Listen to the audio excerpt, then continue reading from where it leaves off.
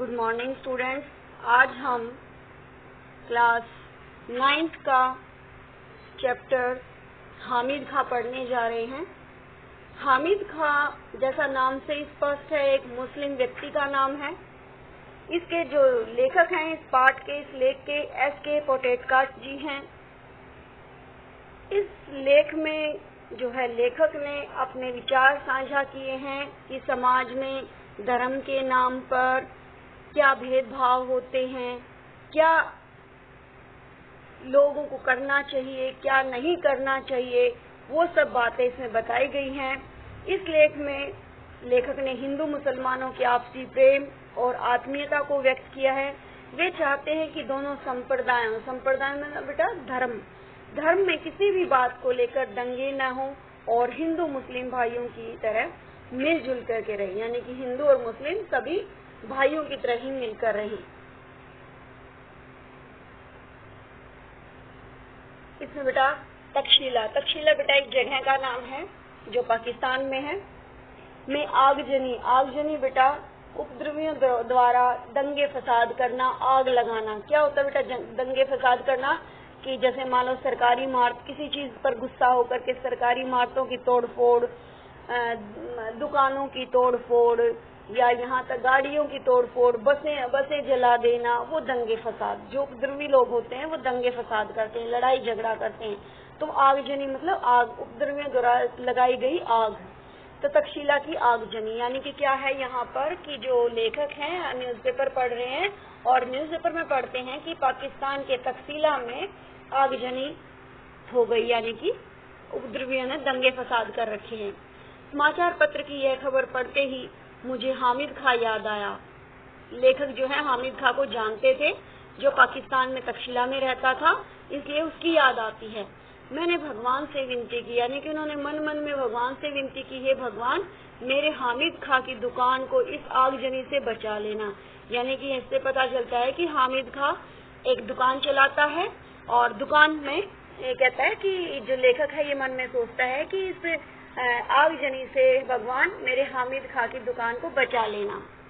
अभी 2 साल ही तो बीते हैं जब मैं तक्षशिला के पौराणिक खंडर देखने गया। पौराणिक मतलब पुराने, यानी कि लेखक अपने बारे में कह रहा है कि 2 साल पहले मैं तक्षशिला में पुराने खंडरों को देखने गया था।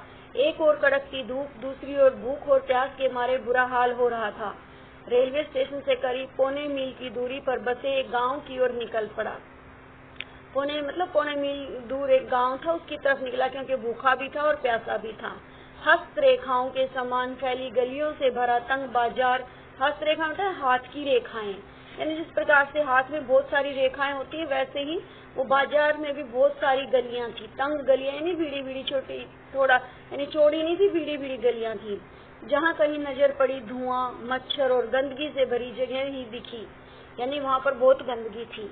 कहीं तो सड़े हुए चमड़े की बदबू ने स्वागत किया, क्योंकि बेटा ये मुसलमानों का एरिया था और मुसलमान लोग ज्यादा ही मांस मीट खाते हैं, ज्यादा ही चिकन खाते हैं, तो नॉनवेज हैं, तो इसलिए वहाँ पर हर जगह उन्हें इतनी गंदी स्मेल आ रही थी। लंबे कद के पठान अपनी सहज अलमस्त मतलब मस्त चाल में चलते हुए नजर आ रहे थे।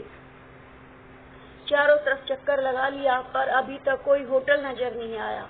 मन में विचार आया, इस गांव में होटल की जरूरत ही क्या होगी, यानी गांव में तो होटल ही नहीं होते, शहरों में ही होते हैं। अचानक एक दुकान नजर आई जहां चपातियां सेकी जा रही थी, यानी रोटियां। चपातियों की सौंधी महक से मेरे पांव अपने आप उस दुकान की ओर मुड़ गए, यानी कि खुशबू से, यानी कि रोटी जब सेकते हैं तो खुशबू आती है ना, तो भूख से लगी थी, रोटियों की खुशबू आई तो वो अपने आप ही दुकान की तरफ चल पड़ा।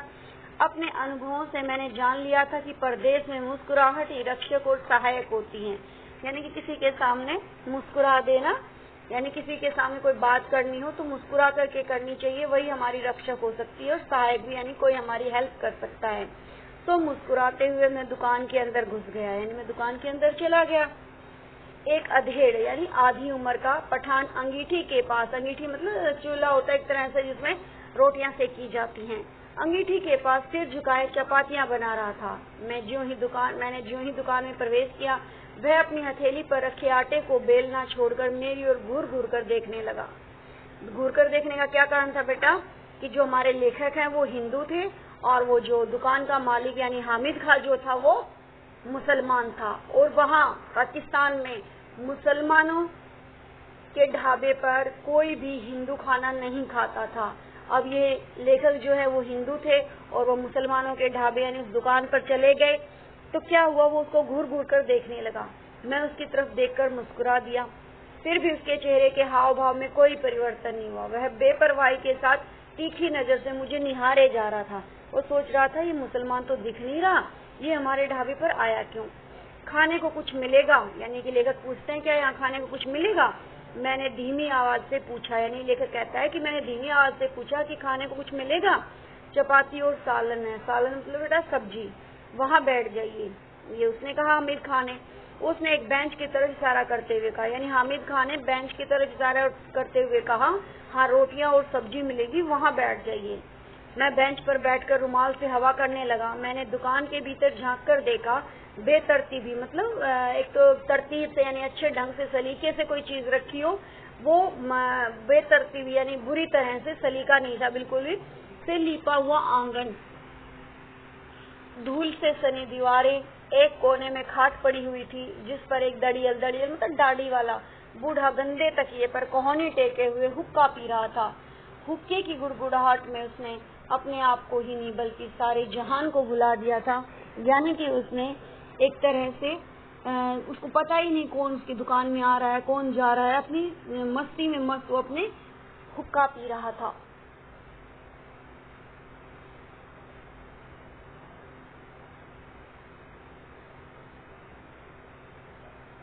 ओके, भाईजान आप कहाँ के रहने वाले हैं? चपाती को अंगारों पर रखते हुए उस अधेड़ उम्र के पठान ने पूछा, यानी हामिद खां एक पठान है, मुसलमान है, तो उसने पूछा कि आप, यानी रोटियां सेकते हुए उसने पूछा, भाईजान आप कहाँ के रहने वाले हैं? मालाबार के, यानी कि लेखक ने कहा कि मैं मालाबार का रहने वाला हूँ। मैंने जवाब दिया। उसने यह नाम नहीं सुना था क्योंकि ये तो हिंदुस्तान में था। आटे को हाथ में लेकर गोलाकार बनाते हुए पूछा, यह हिंदुस्तान में ही है ना? मैंने कहा हाँ, भारत के दक्षिणी छोर मद्रास के आगे। क्या आप हिंदू हैं? हाँ, एक हिंदू घर में जन्म लिया है। यानी लेखक कहता है कि हाँ मैंने एक हिंदू घर में जन्म लिया है, मैं हिंदू हूँ। उसने एक हिस्सी की मुस्कुराहट के साथ फिर पूछा, आप मुसलमानी होटल में खाना खाएंगे? यानी कि क्या आप मुसलमान के घर यानी खाना खाओगे मुसलमान के होटल में? क्यों नहीं, हमारे यहाँ तो अगर बढ़िया चाय पीनी हो या बढ़िया पुलाव खाना हो, पुलाव मतलब चावल, तो लोग बेखटके मुसलमानी होटल में जाया करते हैं। यानी कि लेखक कहता है क्यों नहीं, मैं तुम्हारे यहाँ खाना क्यों नहीं खाऊंगा? हम हिंदुस्तान में जब हमें बढ़िया चाय पीनी होती है या पुलाव यानी चावल खाने होते, तो हम बिना खटके यानी बगैर रुकावट के हम मुसलमानी होटल में जा करके खाना खाते हैं। वह मेरी बात पर विश्वास नहीं कर पाए, यानी हामिद खां को विश्वास नहीं हुआ क्योंकि पाकिस्तान में तो ऐसा होता ही नहीं। मैंने उसे गर्व के साथ बताया, हमारे यहाँ हिंदू मुसलमान में कोई फर्क नहीं है। यानी लेखक ने बताया कि हमारे हिंदुस्तान में हिंदू और मुसलमान में कोई फर्क नहीं है, सब मिलजुल कर रहते हैं। भारत में मुसलमानों ने जिस पहली मस्जिद का निर्माण किया था, वह हमारे ही राज्य के एक स्थान कोडुगुलूर में है। यानी किसने लेखक ने बताया कि जो पहली मस्जिद बनी थी वो हमारे ही एरिया में बनी थी। हमारे यहाँ हिंदू मुसलमानों के बीच दंगे नहीं के बराबर होते, यानी बिल्कुल नहीं होते। उसने मेरी बात को बहुत ही ध्यानपूर्वक सुनकर कहा, काश मैं आपके मुल्क में आकर यह सब अपनी आंखों से देख सकता। यानी हामिद खां कहता है कि यहाँ तो ये चीजें देखने को ही नहीं मिलती, काश मैं तुम्हारे हिंदुस्तान मुल्क मतलब देश में आकर के वो सब यानी सब इकट्ठे मिलजुल कर रहते हैं हिंदू मुस्लिम, वो चीज देख पाता। क्या आपको मेरी बात पर विश्वास नहीं होता? मैंने पूछा। यानी लेखक ने पूछा, क्या तुम्हें विश्वास नहीं होता कि वहाँ हमारे मिलजुल कर रहते हैं हिंदू मुसलमान? मुझे आपकी बात पर तो पूरा यकीन हो गया, पर मैं इस पर ईमान नहीं कर सकता कि आप हिंदू हैं। यानी कि मुझे विश्वास नहीं हो रहा कि आप हिंदू हैं, क्योंकि यहाँ कोई भी हिंदू आपकी कही हुई बातों का इतने फक्र के साथ किसी मुसलमान से नहीं कह सकता। यानी कि यहाँ पर कोई भी ऐसा नहीं है कि जो इतना मुसलमान एक हिंदू जो फक्र से ये कह सके कि हम हिंदू और मुसलमान मिलकर रहते हैं। उसकी नजर में हम आतताइयों की औलाद हैं। आतताइयों मतलब अत्याचारियों की औलाद हैं। हमें उस हालत में अपनी जान के लिए लड़ना पड़ता है, यह हमारी नीति है यानी भाग्य है। हमें अपनी आन के लिए यानी अपनी मान मर्यादा के लिए। यह हमारी नीति है, मतलब हमारा भाग्य है। उसकी आवाज में सच्चाई कूट कूट कर भरी थी। आपका शुभ नाम, मैंने पूछा, यानी कि लेखक ने कहा कि तुम्हारा नाम क्या है? हामिद खां। वो जो चारपाई पर बैठे हैं वो मेरे अब्बा जान हैं। अच्छा, आप 10 मिनट तक इंतजार कीजिए, सालन अभी पक रहा है। मैं इंतजार करने लगा। यानी कि हामिद खां कहता है कि मेरा नाम हामिद खां है और वो मेरे अब्बा जान है जो चारपाई पर बैठे हैं, और आप 10 मिनट तक इंतजार कीजिए, अभी सब्जी पक रही है। तो मैं इंतजार करने लगा।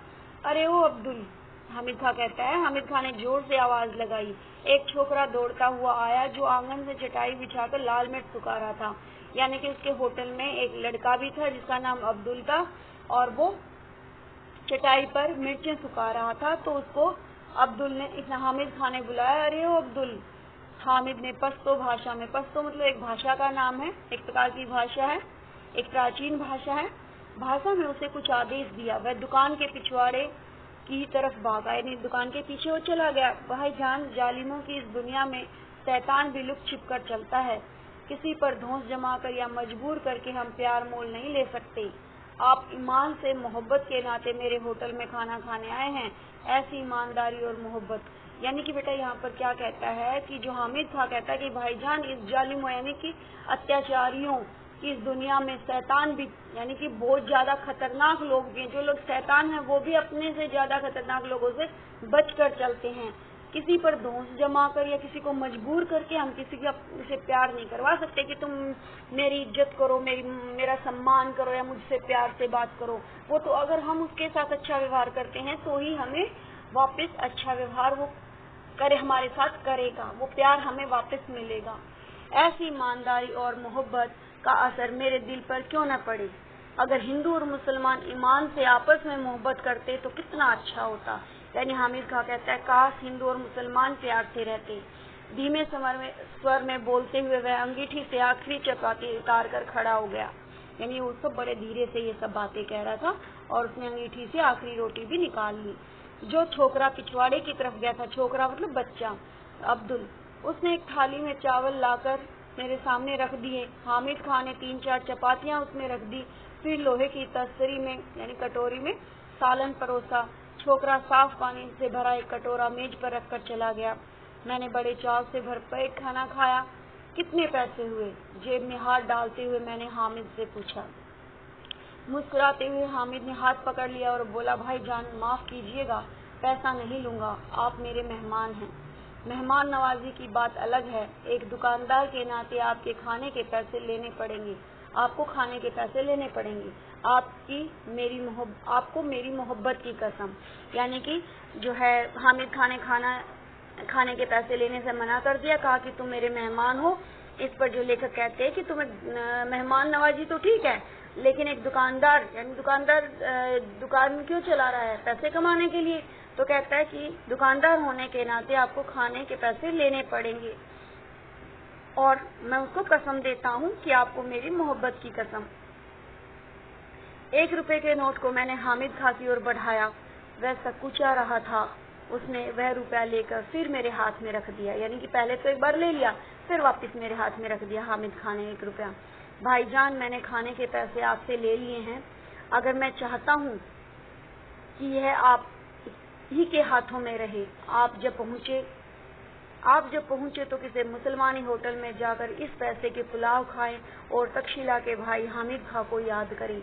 यानी कि कहता है कि मैंने आपके पैसे एक बार ले लिए, अब मैं वापस आपको 1 रुपया दे रहा हूँ और कहता हूँ कि जब हिंदुस्तान जाते हो तो किसी मुसलमानी ढाबे पर खाना खाना, चावल खाना और मेरे को याद करना। वहां से लौटकर मैं तक्षशिला के खंडरों की तरफ चला गया। उसके बाद मैंने फिर कभी हामिद खां को नहीं देखा, पर हामिद खां की वह आवाज, उसके साथ बिताए क्षणों की यादें आज भी ताजा हैं। उसकी वह मुस्कान आज भी मेरे दिल में बसी है। तक्षशिला के सांप्रदायिक मतलब धर्म के नाम पर दंगों की चिंगारियों की आग से हामिद और उसकी वह दुकान, जिसे मुझ भूखे को दोपहर में छाया और खाना देकर मेरी शुदा मतलब भूख को तृप्त मतलब संतुष्ट किया था, बची रहे। मैं यही प्रार्थना अब भी कर रहा हूँ। यानी कि यहाँ पर जो लेखक है वो ये कहता है कि मैं आज 2 साल के बाद समाचार पत्र पढ़ रहा था। समाचार पत्र पढ़ने से मुझे पता चला कि तक्षशिला में आगजनी है, तो मुझे हामिद खां की याद आई, क्योंकि जब मैं 2 साल पहले तक्षशिला में गया था तो उसने मुझे खाना खिलाया था। तो अब मेरा उससे लगाव हो गया था, और मैं उसको ये कहता हूँ कि हे भगवान कि हामिद खां की दुकान को बचाए। ठीक है बेटा, आशा आपको समझ आ गया होगा। धन्यवाद।